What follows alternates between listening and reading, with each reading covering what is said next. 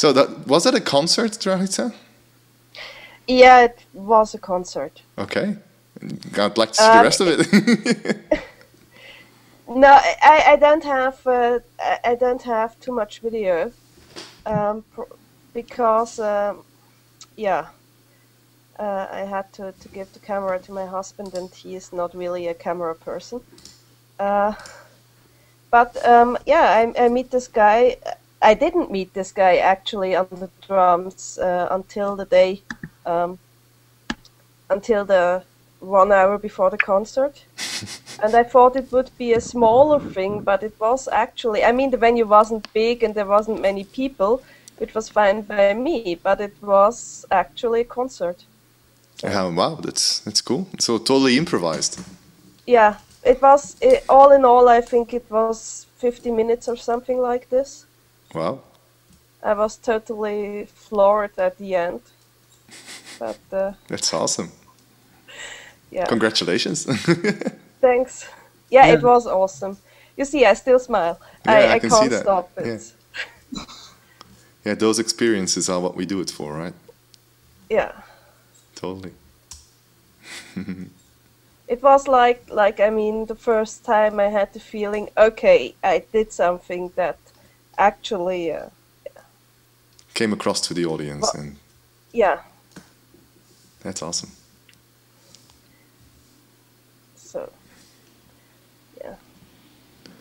So I'm not sure if there's any other people that are going to join. I actually didn't post anything on my Google Plus stream. I might maybe do it. Yeah. I know Duncan said he wasn't around this week. I don't know about Larry. And I'm guessing Randy's at work.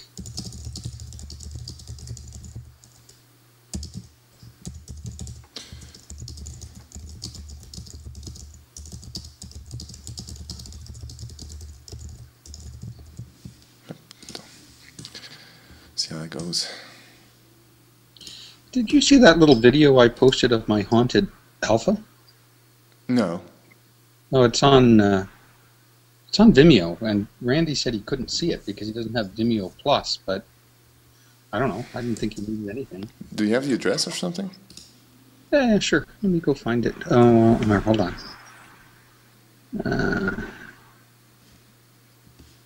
I tried to view it on the iPad, but it didn't want to. I haven't tried it on the laptop yet.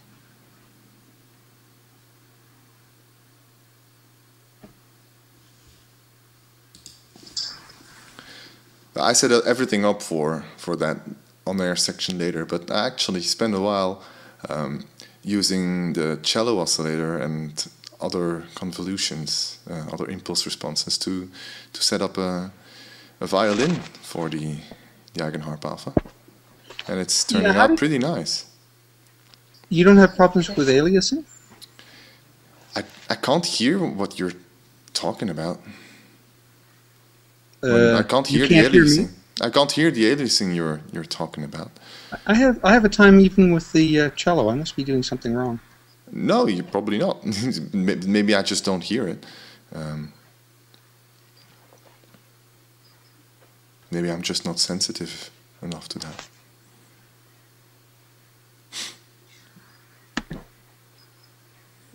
It does sound better in 96K, of course. But. Yeah, the problem is nothing else works. Yeah, I'm playing it in 48K and 44. Hang on.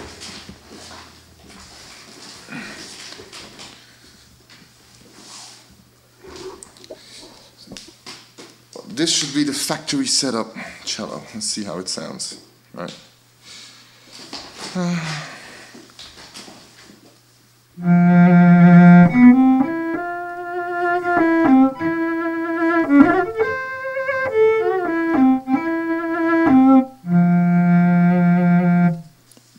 I don't hear any aliasing there.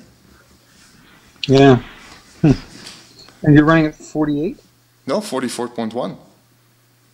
It's...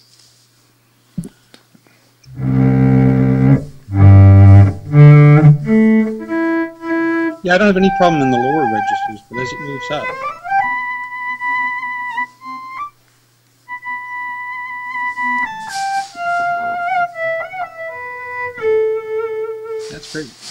So you're using Antonio's IRs?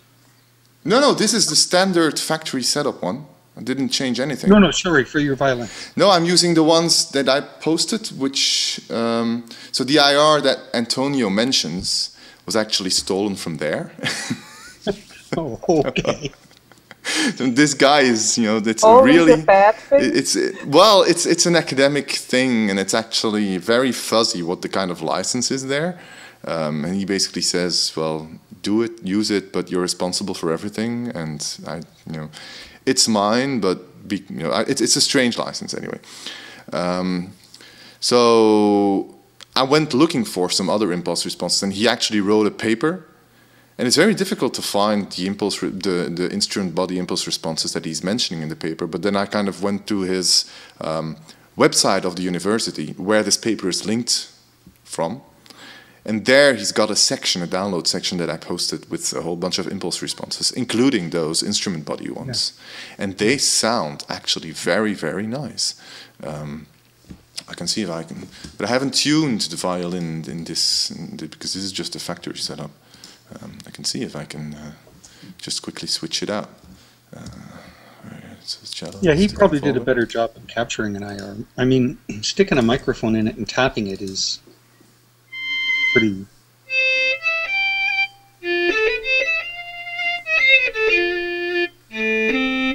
You have to probably go into the cello oscillator, and because it's got the high frequencies totally turned off. And I gotta put it a little bit, give it a little bit of low. Let's keep the low filters there. Reduce a bit of low energy. The mids.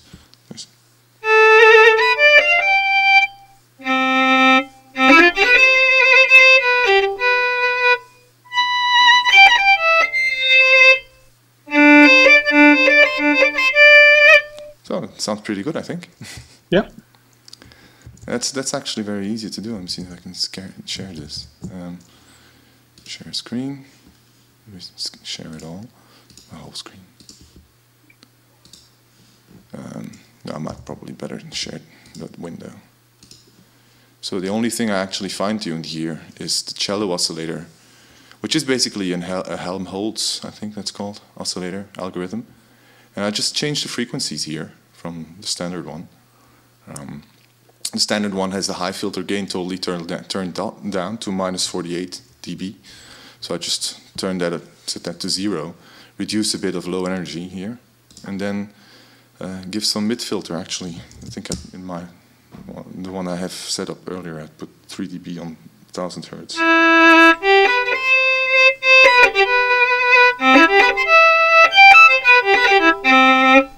So that's a cello oscillator. And then the other thing that I do is, let me see, where is that one? All those windows. It's in the convolver. I basically have those other convolutions that I downloaded. And this is the Klotz one. This is the one that Antonio has included in his one. And it sounds very bright. But if you switch to this, for example, it's kind of mellow. Yeah.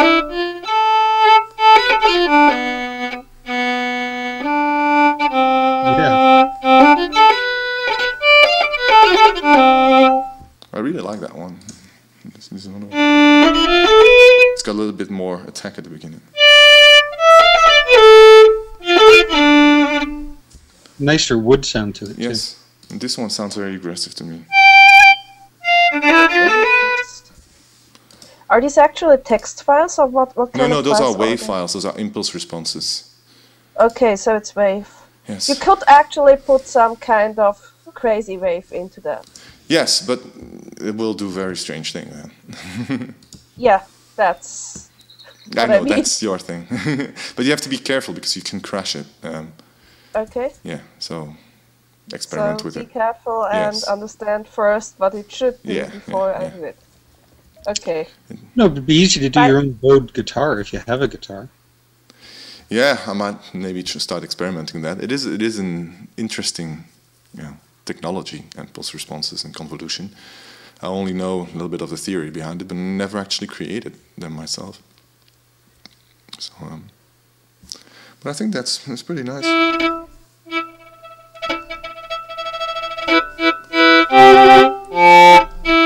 That's a Glotz one again. Yeah, the only thing I've used it for is to create room tone.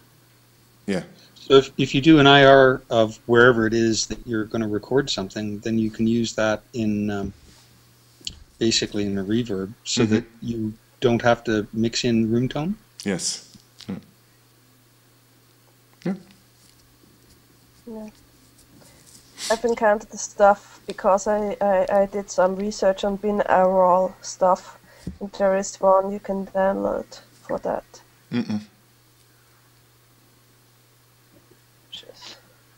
I think the link that I posted has some stuff for binaural IRs also. Let me check that link from you, Mike. Yeah, University of Aachen in Germany has lots of them. You can download the whole database. Let me check that video from you, Mike. I'm looking for your IRs. Is it far back? It's on the same post as Antonio's. Yeah, I just got to find it. So Actually, it'd be easier to search for Antonio. What am I looking at in that video that you posted? What am I looking for? Because I can't see anything out of the ordinary. Well, so that's a video of the arranger playing. And as it plays, what you'll hear is the tonic just keeps jumping around sort of randomly. Isn't that something that you set up somewhere else? No. All I did was take the factory setup 3, ran the 2 sets of scripts, loaded AAS into AU4, and pushed those buttons. And do you have it happening when you don't run those 2 scripts? I didn't try that. Try that. Maybe I made a mistake in those scripts. Yeah, sure. I'll have a look at it later. Because I did. I mean, I can play it on a key group and record it. That works. But it's the weirdest thing. I started it playing, going, okay, there's a ghost in here somewhere. Okay. Let me see. So this should be. See if I can quickly try that out. So AU4, right? Yeah. So Arranger 2? They're switched around. AAS. What, String Studio? Yeah. And Plucked Bass 2. String Studio, Plucked Bass, where is that? Bass. I don't find a plucked. Can't find a plucked bass. It's about 3/4 of the way down bass, unless I bought an extra package. Anyways, any old bass sound ought to do it. Yeah, you might have another package. Oh, upright pluck 2. Yep. I'll just try to play it first. So that should be it.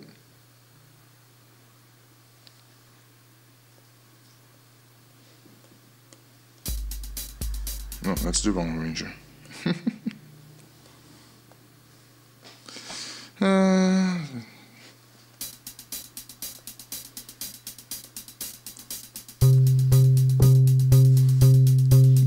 That seems to be fine. Oh, there we go. Yeah, I hit a few other notes. It's really funky. Does it hit any CC messages or something? No, it doesn't use CC. Oh, this is again something with the controllers. You made Gert very unhappy, Mike. It's switched once, right? Mine has about a dozen notes in it over 2 things, and it just keeps happening. I can see, yeah. Yeah, the more notes you add, the more it happens.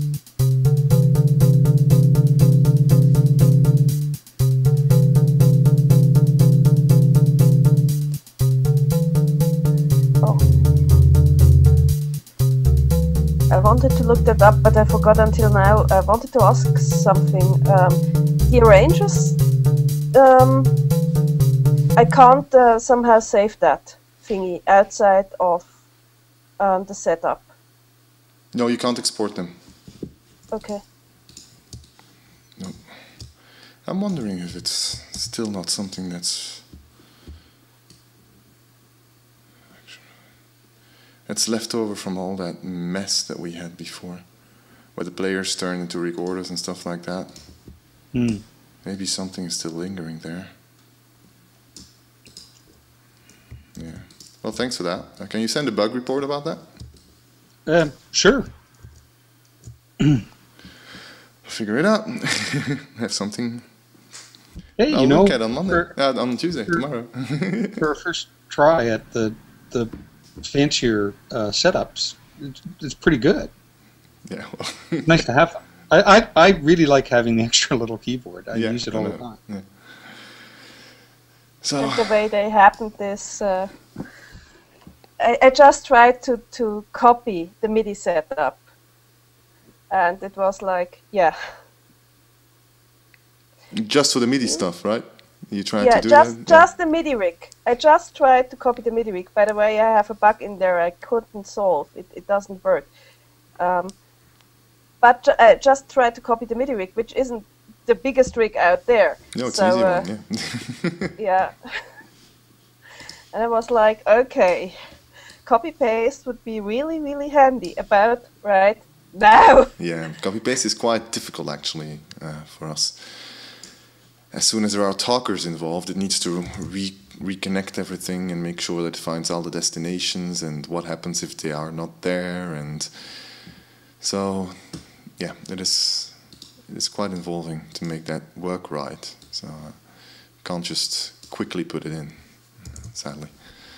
Yeah, the more I look at stuff in Workbench, the more I'm amazed that you can wade through the level of complexity that's there and at all. It is, yeah, I think that actually Alpha Setup 3 is really close to the limits of what you can visualize, if it's not exceeding it, because I start finding that at Alpha Setup 3, if you don't know what it should look like, that it already starts to become difficult to find what you're looking for, because you got so many wires going all over the place. Yeah, I'm sort of glad that I was corralled into using Workbench on Alpha 1 for a while, because you wouldn't want to wade into the fancier ones just cold. No, definitely. You should actually build something easy with Workbench first to kind of get a feel for it, and then go through the tutorials or something like that. Yeah, I thought it was great that Randy sort of that's just awesome. ran head on into that. Everyone should do that. That's great. I don't think that arranger bug is that difficult, though, Mike. I think we've had something like that a while ago. It's just something.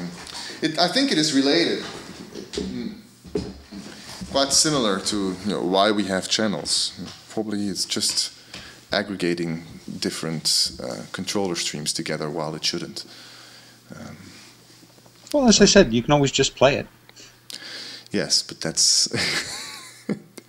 It's like saying, let's not record this performance. Let's always play it live. You can always play it live. Yeah, no, but I mean, you just put it in a little key group and record it and let it loop. Yes.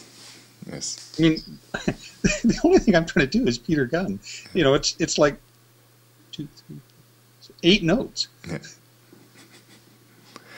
Well, we're still in testing phase. Sure, glad to help. I mean, that's the point, right? Yes, it's awesome. Yeah. So otherwise, we would find these things much later, and then it's a much bigger problem to fix them. Oh, here's Antonio. Hey.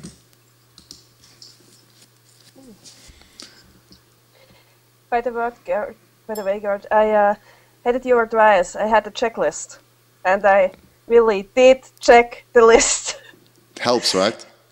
Yeah, it's not only that it helps, you know what you're doing anyway, but it helps to calm you down and to sit down and say, okay, I have cables and I will, Yes, it's I will very put important. everything together and check every lamp 3 times.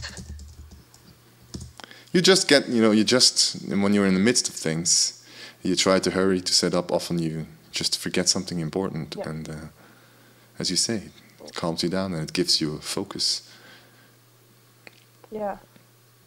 Well, I find otherwise, it's even probably more happening when you set up stuff for a band.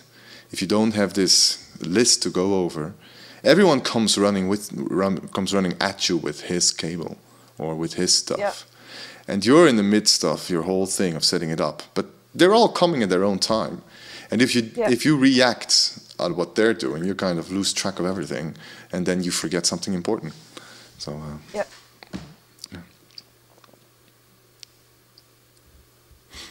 So Antonio, I'm really looking forward to seeing a video of that performance that you did. Those pictures, they look totally amazing. So,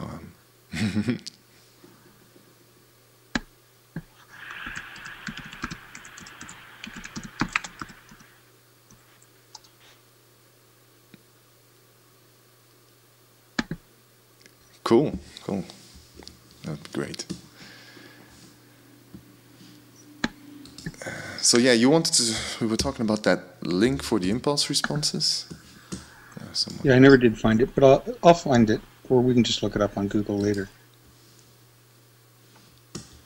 I'm sure I used yours because I have a whole pile of them, so that must be where it's from. They're very difficult to find, these ones. Actually, you know what? I bet I can find it in my downloads folder because it tells you where stuff came from, right? I suppose so. Let's See if I can find this.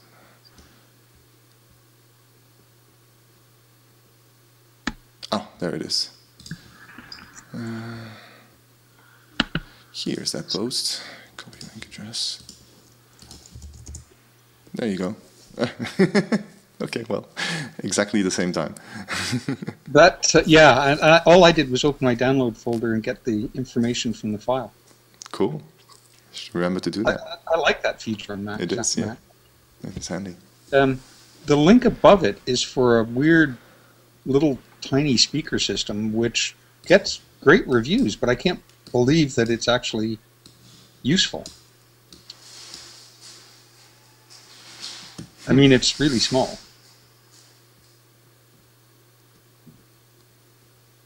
Cool, yeah. I'd probably want to hear it before I buy something like that. Yeah. Although, if you search around and you get the reviews on it, it gets these unbelievable reviews, but it's hard to tell whether they're by, crazy people. Yeah, and who wrote it. It could be just someone that's used to the white iPhone headphones and who thinks that everything sounds amazing because those are crap. Well, they do have links to, reasonable places, which I suspect they didn't pay, but it's hard to say what their starting expectation is. Yes, that's always a problem. Yeah. So I'm not searching for another speaker system, actually. It's interesting to know about. You always keep thinking that you might need it, but in the end, I have these little JBL speakers that you can fold up, and they sound good if you fold them out. If you fold them out and put them on the table, and then the resonance of the table becomes the bass. So it sounds quite okay, but I never actually. I think I used it twice in the hotel room, and that's it. So yeah. Yeah, this thing uses its battery as a bass resonator. Oh yeah, that's a good idea. It also claims to have 20 hours life. It's a rechargeable battery? Yeah. Awesome. Yeah. Well, if I can hear it somewhere, I'll probably try it out. Yeah, I haven't seen one anywhere. But anyways. So is there something else we might talk about on the on-air section? Something you guys wanted to mention? Antonio, something you think that might be worth covering? Or Dragica, something you want to talk about?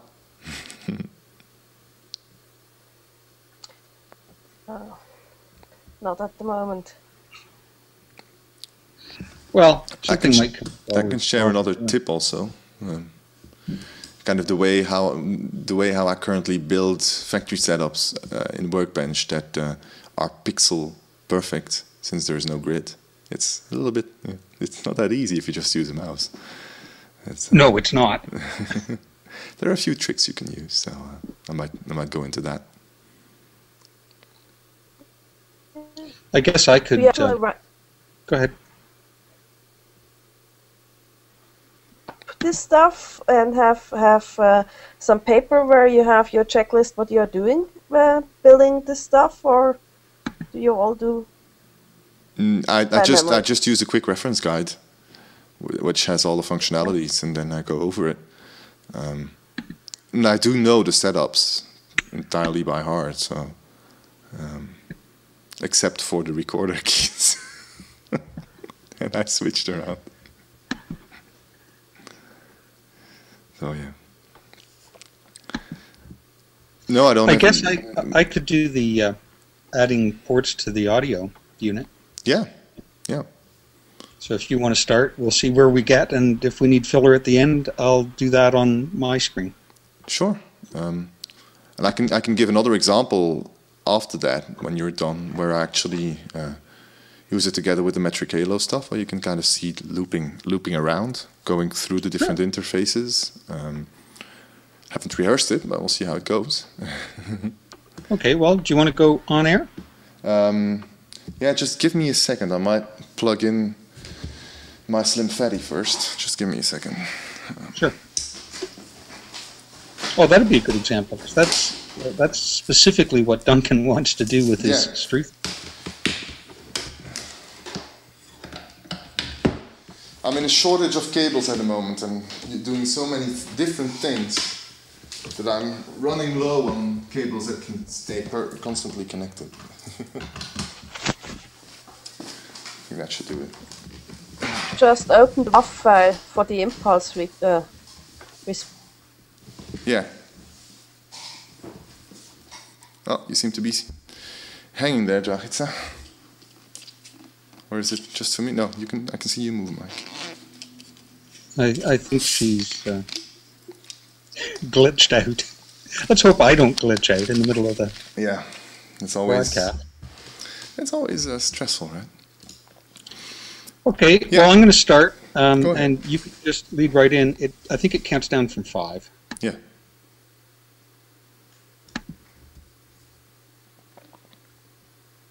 Seven, 6, 5, 4, 3, 2, 1, go. Good afternoon here in Belgium, and good morning in the US and Canada. So we're here in the Eigenharp Clubhouse 33, and we've been discussing some things that we've been doing over the past few weeks in Eigenharp land.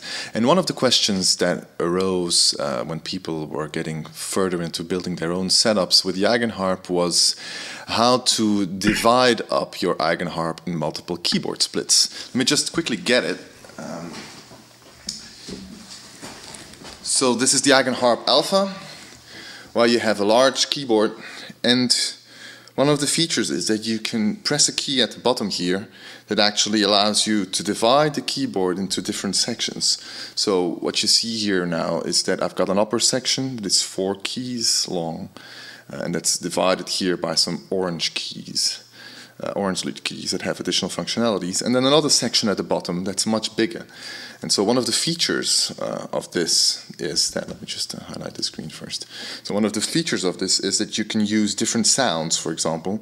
So I can have this sound here while having... Hold on, it says failed to post broadcast. Ah. So the good news is you just got some practice. 6, 5, 4. It's yours.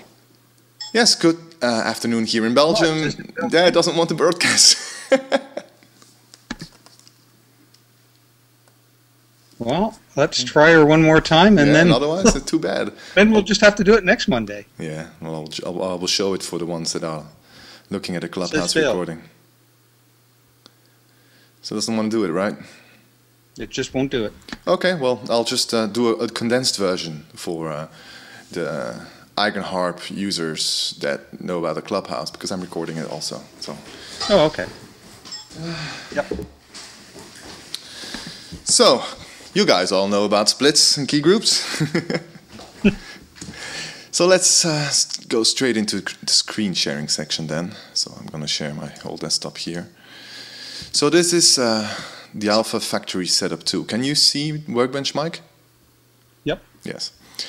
So I've got the main key group here. So we've got the Alpha keyboard that goes into two key groups. So the percussion key group that is responsible for the percussion keys. And then the main key group that is all the playing keys. Something to highlight here is, I don't know if people have ever tried to use that, but if you use the pointer tool and click on an agent, then you can actually see the agents that are connected in full opacity, and while all the others are a little bit lighter. So this makes it very easy to kind of follow through the flow of a setup in Workbench. It's a good tool to use. So we're at the main key group, and in Alpha Factory Setup 2, so now I'm going to use a space bar to switch to the move tool so that I can move the canvas around. In Alpha Factory Setup 2, you've got two splits. So a split is basically a collection of key groups that are active at the same time. So let me explain. I've got here a number of outputs out of the main key group. And you can see that I've got a number of arranger outputs here, an interpreter output that is to play bel canto with the keyboard, and then two key group outputs, while I actually have three key groups set up after this.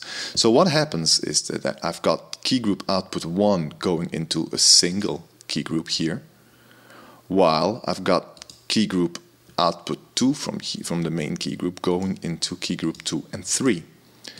And those are just data streams that are sent directly to both key groups, because 2 and 3 will be active at the same time on the second split. Right? Is that clear, Mike? Yep, yes. That makes perfect sense. So, if the first split is selected, you will have key group 1 that's active. If the second split is selected, you will have key group 2 and 3 that's active, right? Yep. So you've got a whole bunch of agents here in the middle that are basically utility agents. They're the talkers and the configuration agents. And what the sound generating agents are at the opposite side here, so the rigs. And all the wires are a little bit wired through the trunks at the top, a little bit like in a real studio wires that are hung on the ceiling and then hang back down. It's tidy to work like that, but it's maybe not as obvious to produce the setup afterwards, but it's a good starting step. So let's look at key group output 2, key group 2 here, which has, as every key group has, a number of outputs, and you can see that I named those outputs here, and you've got, since this is a second split, you have no advanced talkers, nothing goes to this advanced talker section here that is connected here, right? This whole thing here, nothing goes there. There's only active from key group from the first split on the keyboard, right? So the number of key group outputs that are present in key group 2 is a little bit less than in key group 1.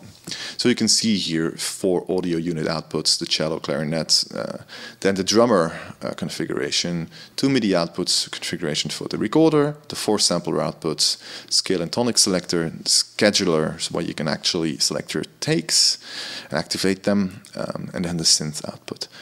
So you've got these instrument outputs here, audio unit output 1, up to 4, that are routed all the way through this section here where you've got the rigs, right? So let's start at sampler rig 1, which you can see is wired to 3 key groups. Let me collapse that here. If I select sampler rig 1, you can see that those 3 key groups are connected to it, right? Because when each split is active, so if the first split is active, it will be key group 1 that is sending the information. if second split is active, it will be key group 2 and 3 that is sending the information. So you actually have, if you look at key group 1, the data that comes out here in the sampler output 1, you've got the key, role, yaw, controller, breath, everything. All this is sent to the rig, right? So as you're playing, it will send out independent data streams for the key, for the roll, the yaw, the pressure, the controller output, which contains the key group layout, and the coarse offsets and stuff like that, the tonic and the scale of the key group. All this is sent as separate streams. And then it ends up at the other side, inside the rig. Right? So if you arrive at the rig here, you can see in the inputs those streams arrive. So I've got the yaw, the roll, pressure, the keys, all coming in from that key group output. Right? Is that clear? Yep. So since this happens for key group 1, this also happens for key group 2 and 3 when they're active, right? Mm-hmm. But those are named exactly the same way, and they go into the exact same input ports on the rig, right? But they're still separate streams. So you can have, imagine that you play key group 2 and 3 with both hands, right? The different splits, but you play the same instrument. Imagine that you do a pitch bend on one. You don't want that pitch bend to happen on the other, while the streams go into the same yaw input here, right? So what happens is that we've got a system that's called channels, and channels allow you to kind of package wires together with a name, and it's a numerical name. And you can see here, if you click on the little triangle for each input, you can see which channels are active. So you can see channel 1, 2, and 3 that correspond to the key groups 1, 2, and 3.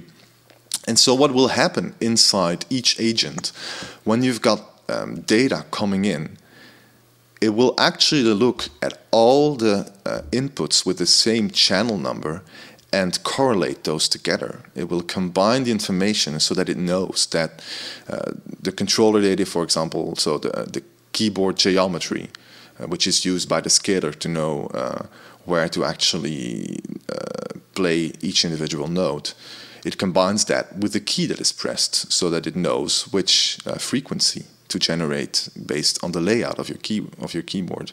If you don't use the same channel for this, you might use layout from another key group that is being used with a key that is played on the second key group, so they would not be correlated together. Is that clear? That's absolutely clear. So as that comes into the rig, so let's open sampler rig 1, as that comes out of the rig gateway inside the rig, if there are channels present, they will be present here also. You can't see them, you can't expand them, but all the data streams are like packaged in bundles that that isolate these data together as a bundle of combined data. So your pressure, roll, key will be related to each other because they've got that channel number. So in streams all the way through. And now there are additional agents in the system, for example, the recorder, that also add channels. Why? Because you might, for example, have, so first you've got the data coming in that you're playing live that streams through the recorder without any recorded take playing back. That's one channel. And then you can have as many recorded takes active as you want that also are output from the output of the recorder. But they also need to be separated from each other, because otherwise you might, for example, have take 2 that is pitch bending take 3. If that data would just be on data streams that are not differentiated from each other. So the recorder also adds a bunch of channels based on the takes that it's playing and on the live stream that goes through the agent. And so Gert, those should be the .1, .2, .3 level channels? Well, it's actually the prefix. So the recorder will prepend 1 dot, 2 dot, 3 dot. Okay. Right? Mm. So as that goes through, the scaler will understand that correctly. All the agents understand that correctly and will correlate the, we call that the path hierarchy. It's kind of a hierarchy that's built. It's a tree of channels based on the agents that it went through. That tree of channels will then be correlated correctly with by the agents that live downstream. So downstream means on the receiving end. And this, the scaler is downstream of the recorder. As that gets that information, it will correlate it. But the recorder, the scaler has one different functionality from most of the other agents, is that it outputs lights for the tonics. So as it outputs lights, it will send back data, but in the same channel format as the data that it received. So if it has, for example, if it's using the keys and the controller data with the keyboard geometry of channel 1.1, it will send out light also on channel 1.1. Let's now assume that no takes are playing on the recorder, so that it means that everything is prefixed by 1 dot. So in that case, you will have channel 1 is being used for key group 1, channel 2 is being used for key group 2, channel 3 is being used for key group 3. What happens is that from the scaler, you will have light being sent back on channel 1.1, 1.2, and 1.3. Does that make sense? It does. How often does that happen? So, for example, I guess I had in my head that the tonics were sort of static until they changed. Yes, that's the case. So it's a little bit like you have to look at each connection as an actual voltage on a real analog rail. So it will always have a value. It might not change, but it will always be there. Okay. Okay. So it's not something that expires and it's only sent once. So that it will always be a value present on a wire. Now, if I go back from the light output through the rig gateway and send the light out here, so that's the input on the inner side of the rig, which will become the output on the outside of the rig. If I send data back here, this will be sent back in channel 1.1, 1.2, 1.3, because the recorder prepended with 1 dot, and the key groups have the 1, 2, 3 channels. So if I want the data to get out of the rig in the same channel format as the data that comes into the rig here, because if you remember, here the outputs from the gateway sent it on channel 1, 2, 3, based on the key groups that were connected to it. If you want to send it back the same format, you can use what is called a filter, and you can see which wires have filters on them by going to the edit tool here at the top and clicking on a wire. And if you click on that wire, this is apparently an old setup, haven't upgraded this one yet.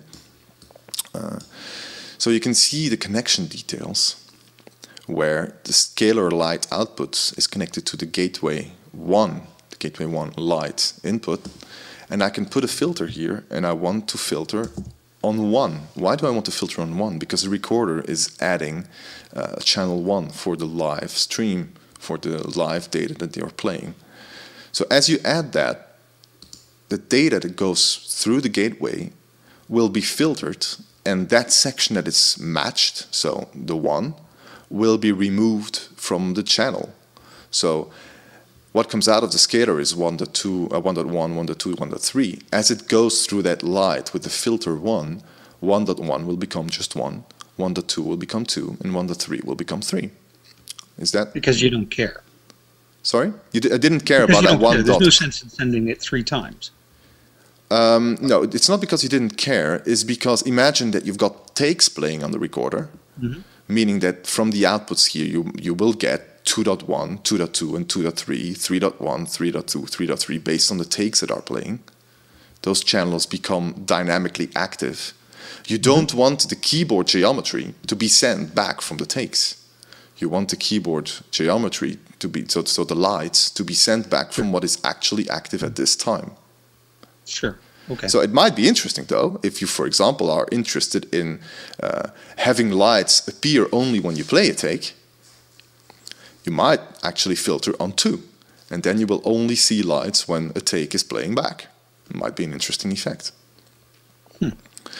So if you filter on 1, it is the live stream that comes out of the recorder, which will send the data back out on channel 1 for key group 1, on channel 2 for key group 2, and channel 3 for key group 3.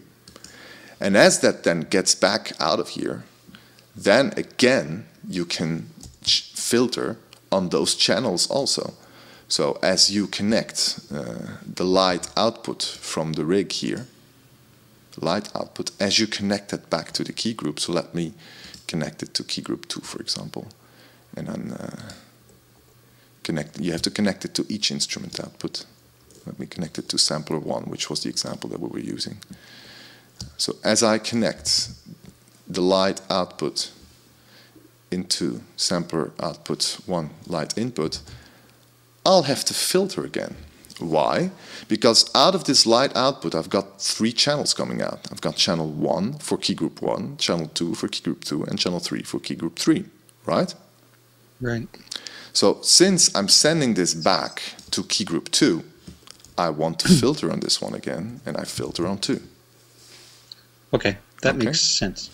I And understand that now. And then you're certain that you're showing the correct lights for each key group and each instrument on each key group.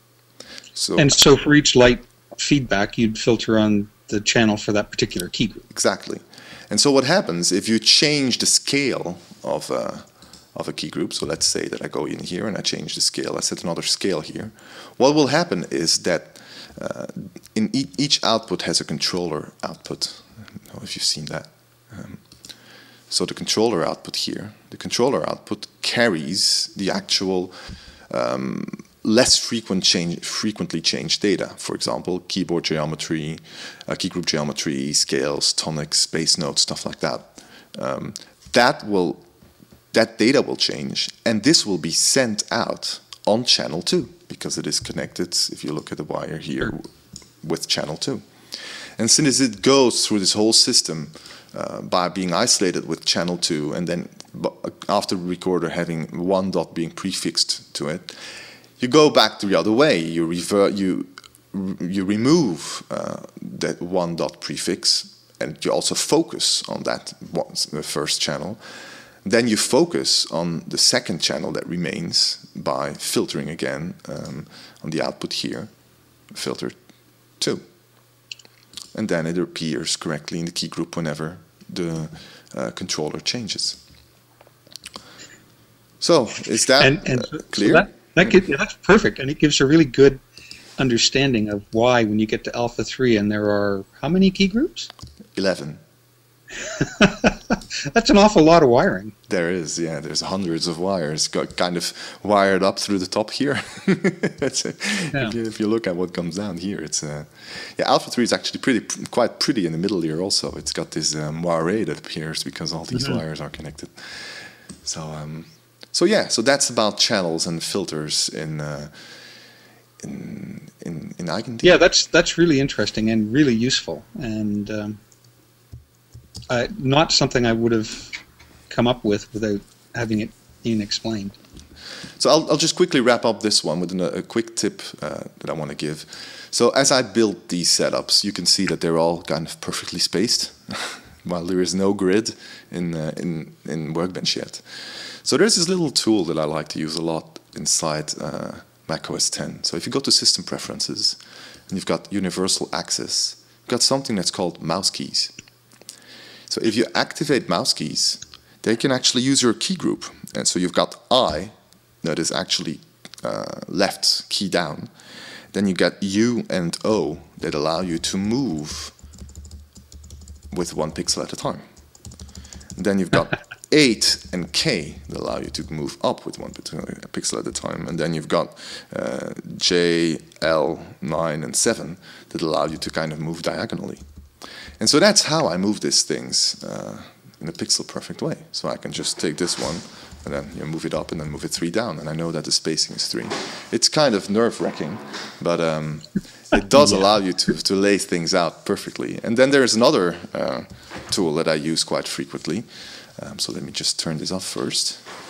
And where is that? Because I've got that constantly active. Also in Universal Access, you've got something that's called Zoom. And I've got Zoom constantly attached to the control key. So if I press Control and then use my mouse wheel. I'm not sure how this is gonna send over screen sharing. I'm not. Can you see the zoom? No. No, you can't see anything change. No. Okay, so well, this is something that is done before the display driver. Apparently, it's not a screen rendering thing. But if you use that, you can just click on Control, and then you actually zoom in, and each pixel can become like a millimeter wide, and then you can really look at what's going on. So that's what I use to kind of dial in a pixel perfect way. So that's that. Let me just turn that. Thanks. I think that takes us pretty close to 11, Gert. Yeah, but if you want to, we can go on a little bit. If you want to talk about something. Or well, I mean, I for can next go week. through the audio thing briefly. So why don't I do that? Sure. I'll just select a window here. It should clear up momentarily. Did it? Yes. Well, it is visible, so that's good. It's as good as it gets, guys. So one of the questions that people have with Eigen is how to record unmixed audio, so you can do post-production, or so you can use other DAW features, perhaps like ducking, external to Eigen. And if you look at the audio unit, I'm in the main workspace, and the input. The first problem I had was thinking of this Audio 1 agent as actually representing my interface. So that actually is an input, not an output. It's an input to the audio interface. And so right now there are two, and what I want to do is have multiple inputs and then rewire from the channel mixer in Eigen directly to those inputs on the audio unit, and then somehow I have to make them connect to outputs on the audio unit, which can be recorded in the DAW. So what I actually did, I'm going to create a new input, and I'm going to put it in on channel, in my case, 17.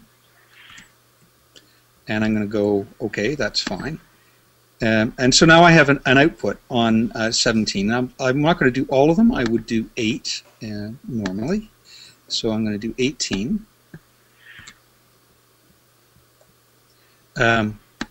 Now, those two outputs go to the first two channels on an ADAT optical out on my particular interface. And so I would go 17 to 24. Can I say something quickly about that? Sure. So just to be precise about it, these numbers are exactly the same numbers as what the audio interface is exporting. So as your audio interface, typically, let's say you've got a 2-channel audio interface or any built-in audio interface, there will be 1 and 2. And then based on your particular audio interface or the configuration of that audio interface, you will have a whole bunch of channels that are set up for specific tasks. And here in your case, Mike, with your Motu, from channel 17 onwards, you've got 17, 18, 19, 20, all the way up to 24. That it goes straight out to an ADAT interface. So the way that this audio agent works is by keeping those numbers constant, it allows you to set up the wiring inside Eigen, and whenever these channels are available on your audio interface, it will send audio out through it. So it does allow you to work in some kind of a fallback fashion where you could use a 2-channel audio interface that always gets audio on channel 1 and 2, and whenever you plug in your multi-channel audio interface that has more channels, then you will get those additional channels that actually receive audio without changing the setup that you're using. So that's a neat little trick. Yeah, thanks for making that clear, because it isn't immediately obvious. And similarly, of course, you could map what appears on Audio 1 as outputs from the input ports on your audio unit. So if you had a synth, and Gert, I think, is going to show a setup like this in a couple of seconds, you could come in through here So if you had a synth on your physical input 4 and 5, you would set them up here. Show them. And then wire them into whatever you want, like an effects unit, anything. But I won't dwell on that. So at this point, you've got these outputs. You can leave the mixed audio on audio output 1 and 2 if that suits your purpose, or you could move it to the first 2, and then that would be sort of a sub-mix of things. But let's say you wanted to take audio unit 4 and you want to record that separately for whatever reason. So I'm going to delete the 2 links into the mixer. I don't have to. I could just turn down the volume, I guess. Yes, you can. And I'm going to move those to 17 and 18. And those will now appear on the first 2 ADAT channels. That's not very useful to you because those are outputs. So the trick is to take an optical cable, a Toslink cable, and feed it from the ADAT out to the ADAT in. And in the digital domain then, these outputs 17 and 18 on your unit will go out and then right back into inputs in your DAW, 17 and 18. So you could assign those to a stereo pair track in a DAW and record audio unit rig 4 separately. And I mean, the most obvious thing to do here is to take the microphone signal, which is stereo after the effect, I think. So you take it from the mic effect, which I'm not sure just where that is. But anyways, that's what you do, and feed it into 2 channels so that you could have a separate voice for post-processing if that's what you wanted to do. You can divide it up any way you want. If you have 2 ADAT optical links, then you've got 16 channels, that's 8 stereo pairs. It's probably adequate for anything you want to do.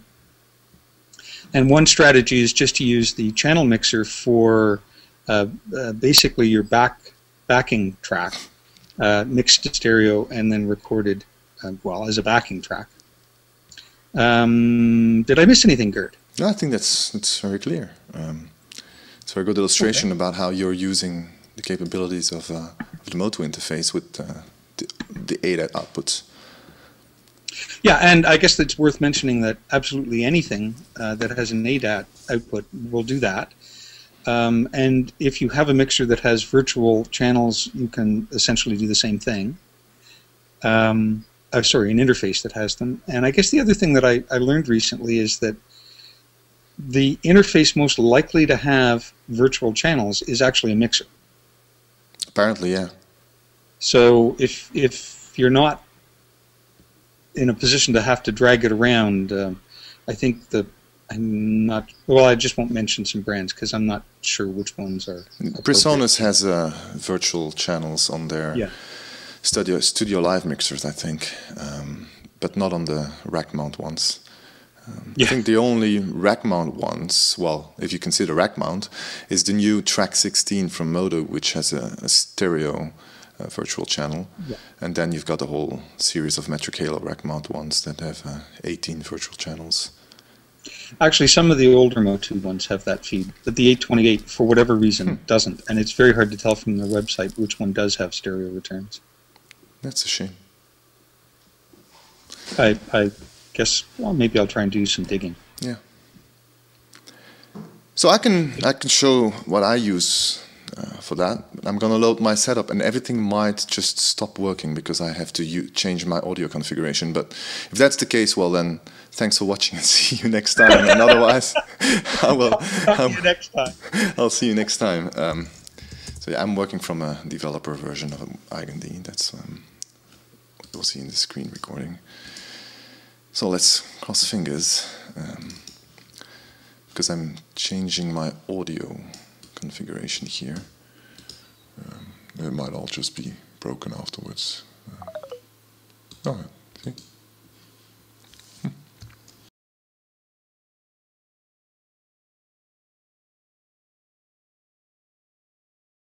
Again. Okay, now I just gotta check where I'm getting audio in from.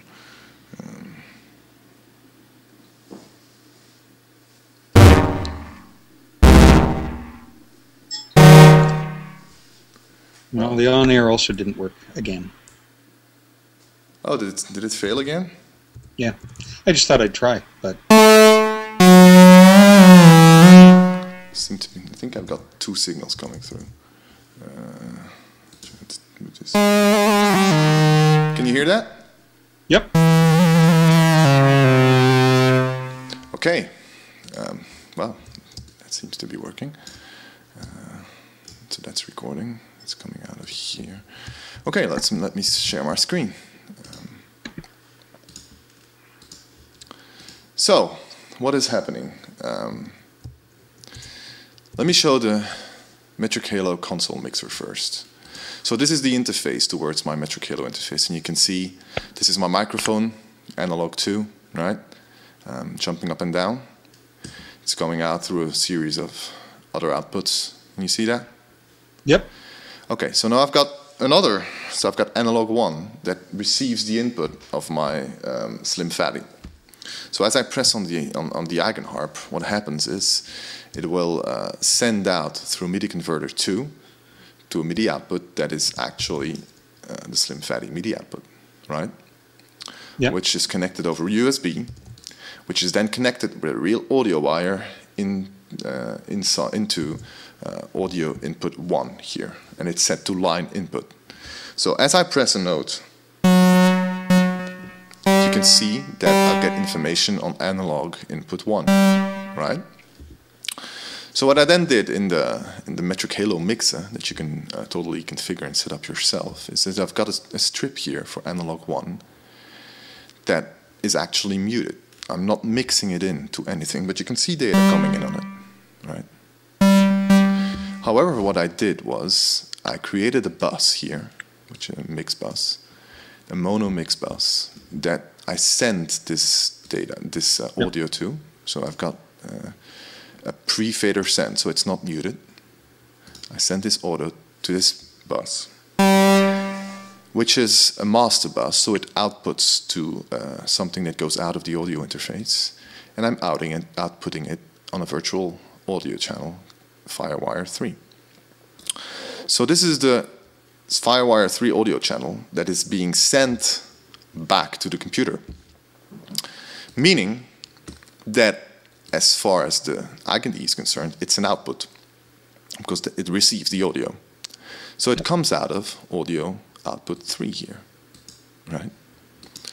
And you can see that this is actually connected all the way through here to analog synth distortion, which is an audio unit effect. It is the Rob Papen distort audio unit that are actually connected to the breath pipe. So as I play,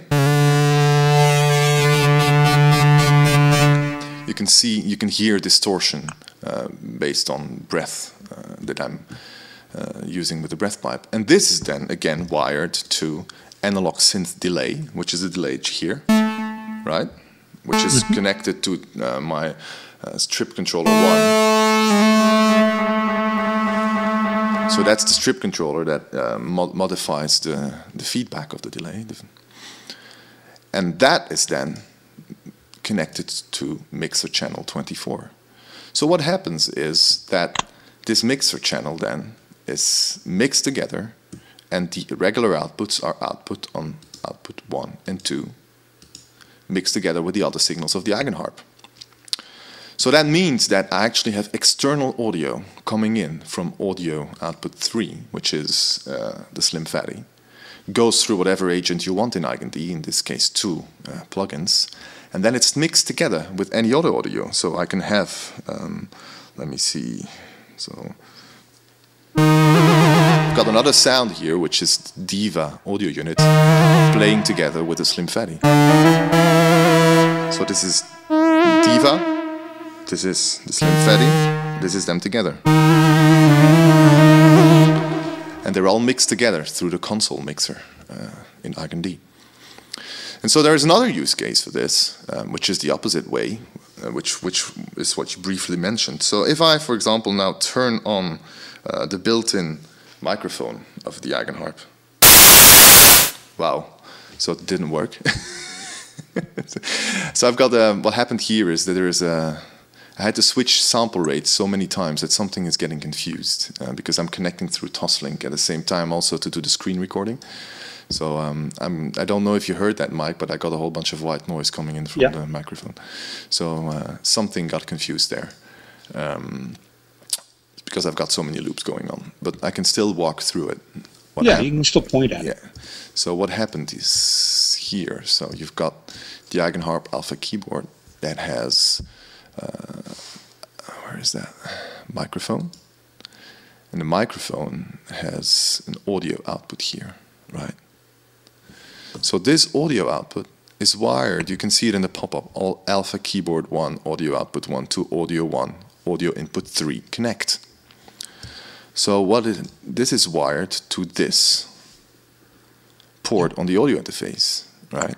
Which is similar to what you explained, Mike, for creating different audio input ports, which are inputs to the audio agent, but they will then be the actual inputs to the driver that are then sent to your audio device, and they might output on the same channel. But in this case, what happens in my case is, if you look at the Metric Halo console, this is actually the channel that I'm receiving this on. So I'm receiving it from DAW3. And then I can use whatever I want with it. So I put in some tube simulation on the microphone, so some soft saturation. I'm sending it to a submix for myself, for my in-ears that I feed back to myself on the Alpha. And then I'm forwarding it to a master mix also. And in another setup that I actually have a vocalist that is also using the same audio interface and that gets a copy of that audio for her own in-ear mix.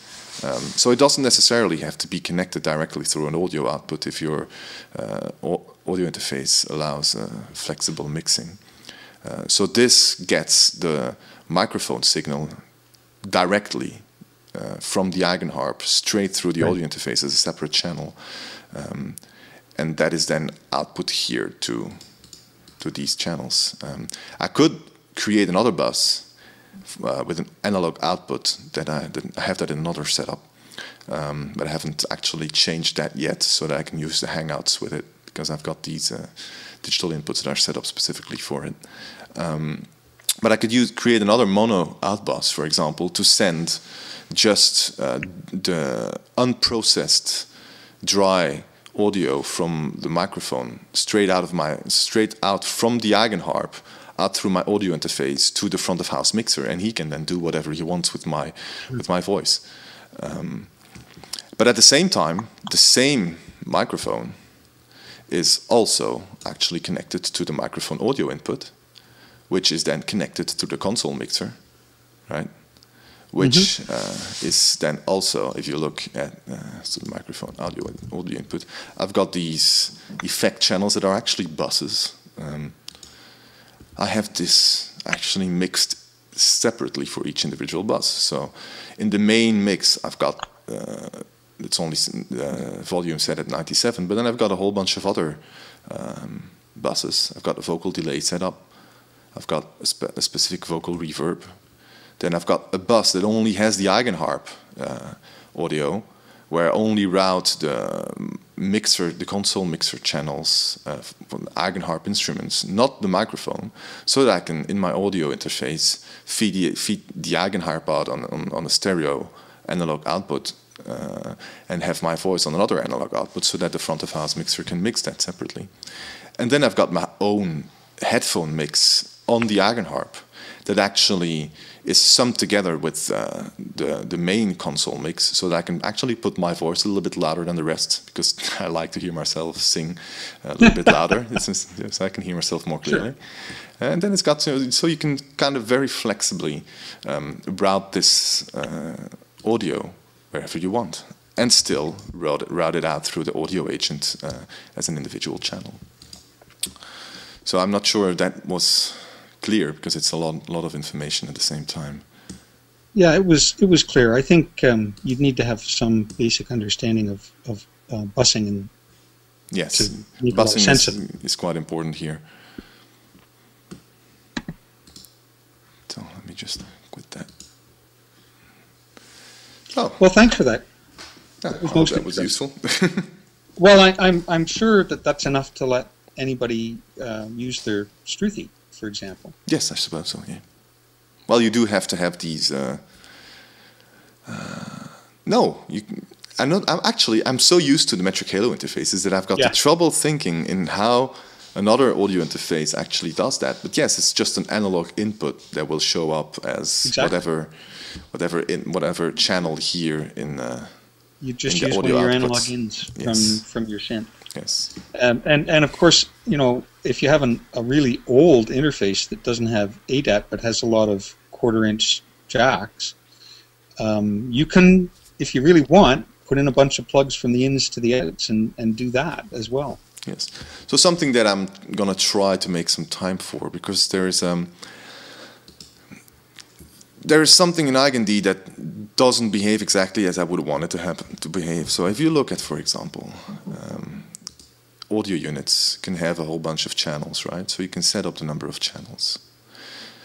But what happens is an audio unit requests, when it's instantiated, it requests the standard set of channels that it should work with. It actually publishes the one it supports, and then you kind of have to pick one. And currently, based on the underlying framework that we're using, it kind of sticks to whatever it picks in the beginning, while it should be able to change that dynamically. So in this case, this audio unit, this looper, actually says, I only use 16 channels, that's it. So it will be instantiated with 16 audio input channels. What I'd like to do is to allow you to change the channel count, and then it will try to instantiate that audio unit with that channel count. And that means that you could use a plugin like, for example, Bajul, and have an audio recorder set up in Bajul with as many channels as you want. And then you can directly record inside Eigen-D without actually having to go out of your audio interface. Yeah. So I'd like to get that done whenever I got some time for it. Yeah, just in your spare time. Yeah. So I wasn't screen sharing, but I thought I was. I was talking about the screen that you didn't see, but the people watching my screen recording will see it. That's okay. So I think that's it for today. Yeah, that's it for today. I'll try again Wednesday and see if anybody shows up, and if not, we'll see you next week. Yes. Thanks. Bye. Take care, guys. Bye.